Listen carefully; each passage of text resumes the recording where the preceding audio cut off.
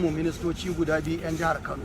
Akwai wanda ya fara tun daga shugaban karamar hukuma Abdullahi T. Gwarzo, wanda ya kai mataimakin gwamna, ya rike mukamai da dama a jam'iyya, kuma ɗan jam'iyya na ƙasa, da kuma ita Maryam wadda ta fito daga masarautar Kano, ita ma 'yar Kano ce wadda ita ma ta zama minista.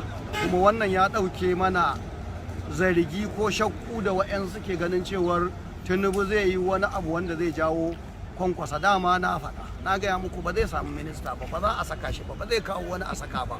Wannan kuma ta daɗa tabbatar mana cewar da yadda Allah Gawuna da Garo za su karɓi kujera a kotu insha Allah.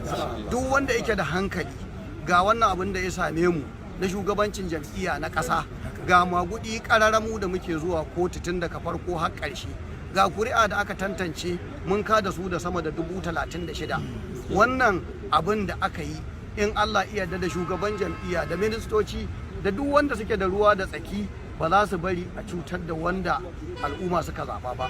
Muna godewa mai girma shugaban ƙasa, muna godewa kuma fannin shari'a. In an cuce ka haƙura ka kai ƙara, kuma ƙara ce tasiri. Wannan shine jin daɗin da muke gaya mutanen jihar Kano, a ci gaba da addu'a 'yan jam'iyyar APC. Dama mun san cewar ba dan an yi wannan ba za a gane waye Kwankwasa ba. Domin ni abin da ya sa kullum nake cewa shine gwamnan jihar Kano bana ta abba, bana ta karamin alhaki, bana ta 'yan kwikwiyo. Wanda muke magana Kwankwaso shine gwamnan Kano. Yanzu ya rasa abin yi, babu Abuja sai dai a tafi Indiya, kuma Kano za a zo a karba. Kuma abin da suka yi, in Allah iya da mu da aka yi mana wannan abu na cin mutunci da tozartawa, Allah ne ya faɗa in an cuce ka ka yi haƙuri, amma dai za mu yi haƙurin. Amma in Allah iya da ɗan uwana komanda shi ma ya faɗa, in Allah iya da za mu rama wa'yansu abubuwan da yadda Allah. Muna godiya kowa da kowa.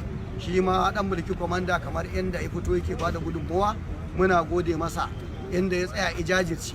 Kuma haka ya kamata duk ɗan siyasa ya yi. Idan babu mulki ka fito ka yabi wanda ya taimake ka, ko da ba mulkin, ba sai kuma an samu mulkin ba ka dawo ka rika makalewa kana cewa a baka mukami. To wannan karan ba za mu yarda ba. Mai girma gwamna ya canza, Gawuna ya canza, Garo ya canza. Ka yi gaskiya, ka taimaki al'umma, a yi da kai. In babu, kai ma ka je ka bi layi. Kuma Kwankwasiya ta kare babu ita, in Allah iya da Nasiru da Gawuru za su insha Allah.